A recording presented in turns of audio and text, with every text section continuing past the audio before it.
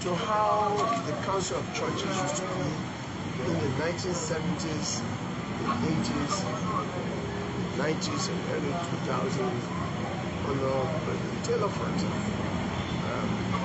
Under President Talbot, the church stood against the gambling bill under President Talbot. It was because the strong stance of the church that gambling was not legalized in Liberia. At that time, we had a virtual one-party state, and with the church that was the voice of the people.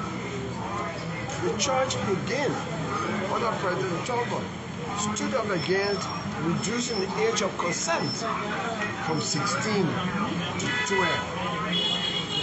When the Talbot government wanted girls to be married at 12. It was leaders like Bishop Brown,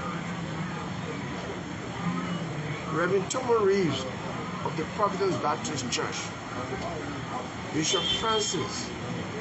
All these people stood up and said it would never happen. The age of consent cannot be reduced from 16 to 12. During the excesses of the military regime, church leaders in this country, at the risk of their lives, stood up against the ills of the military government. Today, I'm not saying the church is not playing its role, but they are performing less than they used to perform in the 70s, 80s, and 90s, during very difficult days in this country. And I'm encouraging them to rise up because their moral guidance is needed even more today. Because we should all collectively work hard so that we don't slip back into conflict.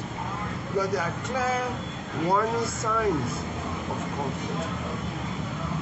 The disintegration of Liberia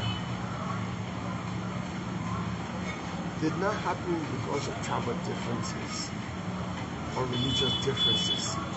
It was bad governance, lack of respect for the rule of law, unwillingness to respect the law, unwillingness to ensure decency and respect in government. Can you imagine today a non-official government or lower ranking actually get up and insult the Minister of Justice? Insult another minister, say disparaging things about them, and there's no penalty for the appointing of power. And the president will not school that official government. Not even with 1 day suspension. We show that the president approves such conduct. So in an atmosphere like that, I agree with my friend and classmate Musa Dean, Minister Musa Dean, that civics should be taught. I don't care how good a civics book is. I don't care how good it is taught.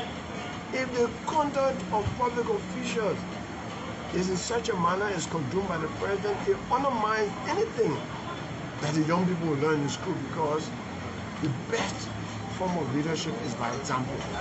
The examples shown by some officials of government do not really promote the level of decency, law and order that the young people should aspire to.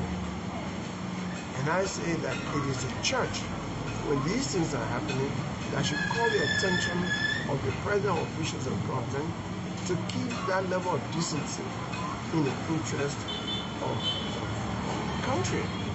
That is not happening. And I want to say my friend Musa Dean, Minister of Justice, should be happy with himself, because I do not believe the Council of Churches could have given such an honor to Justice Minister Jenkins. So times have changed. That the Council of Churches gives such a platform to the Minister of Justice, but that is to discredit him, because that means the church regards him to be different from the general guy. You know, So, and I want to thank the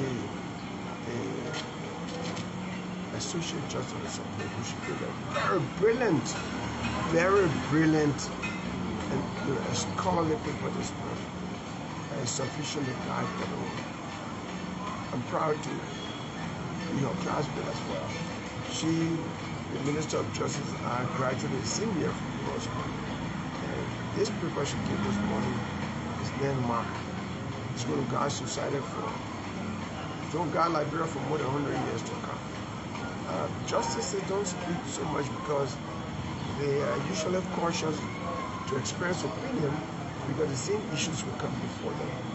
But I think she demonstrated high level neutrality. She was very careful not to actually take a side, but to teach all of us on what rule of law means, and how to administer rule of law, the responsibility of both government and citizens in upholding the rule of law. That was a great paper. I'm a very critical person, but I didn't see anything that I could take away from my speech in terms of this excellence. So I want to thank the Council of Churches for this kind of initiative, honoring people both in the church and outside the church for the way they conducted themselves in the society. That's another way of promoting good citizenship. But I'm calling upon them to be more forthcoming in terms of calling a spade, and advising, especially those in authority whose actions have the propensity to undermine the growth and development of the society, so that Liberia becomes a better place. So that's what I have to tell the press. Yes, sir. I had just one final point. The last time you spoke on very strongly on the issue involving former Chief Justice Global Scout. As we speak, the indictment is outside now. The grand jury indicted her with the crimes committed being detailed in the indictment. I mean, again, I'd like to ask you, the proceeding, what went on from the police to the court to the imprisonment before the indictment, what's your take on those? Right now, the matter is before court. So, as a lawyer, I cannot speak about the merits of the case. Okay. That would be contemptuous. I express my view. The only thing I can express, which is not a matter of proceedings, is the way the government kept the body for a long time. After an autopsy is performed, the body of a deceased person involving unexplained death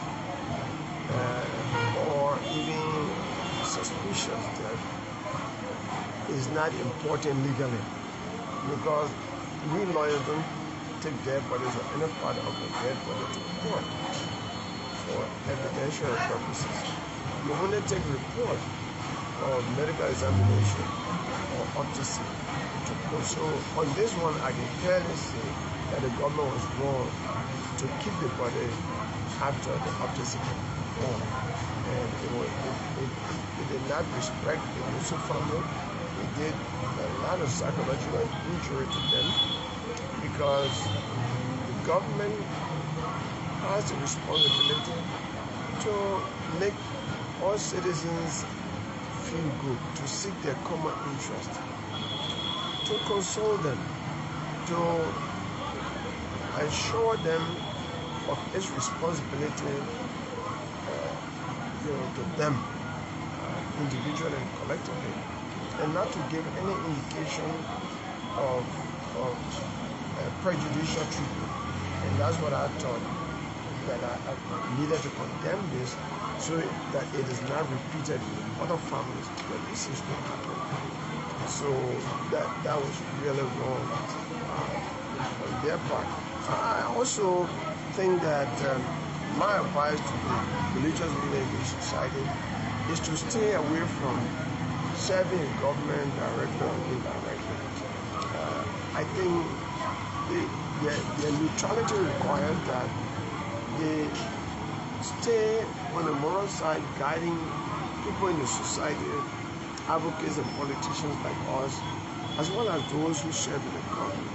If they serve in the government, it tends to undermine their objective view, a moral view on how society is governed. So I'm really opposed to bishops and reverends becoming board members of government agencies and parastatal corporations and all of that, because it tends to undermine the objectivity of what they say, that they really are saying what is true in the interest of the people and consistent with their understanding of the Bible. So I think, in the 70s and 80s, when the members of the leaders of the Council of Churches actually stood on the side of what was right, they stay away from taking government positions as chairpersons of board or members of board, because then they create suspicion, over whatever they say about society, and government tends to then use it to sometimes dismiss them in the position and all of that. So they should not bring themselves into a situation that will undermine their neutrality and your role as moral leaders in our society. Thank you very much. Thank you, Council. Thank you so much for speaking to the Board of Council, Taiwon Gongloe, speaking with the press. Thanks for following me. Bye-bye.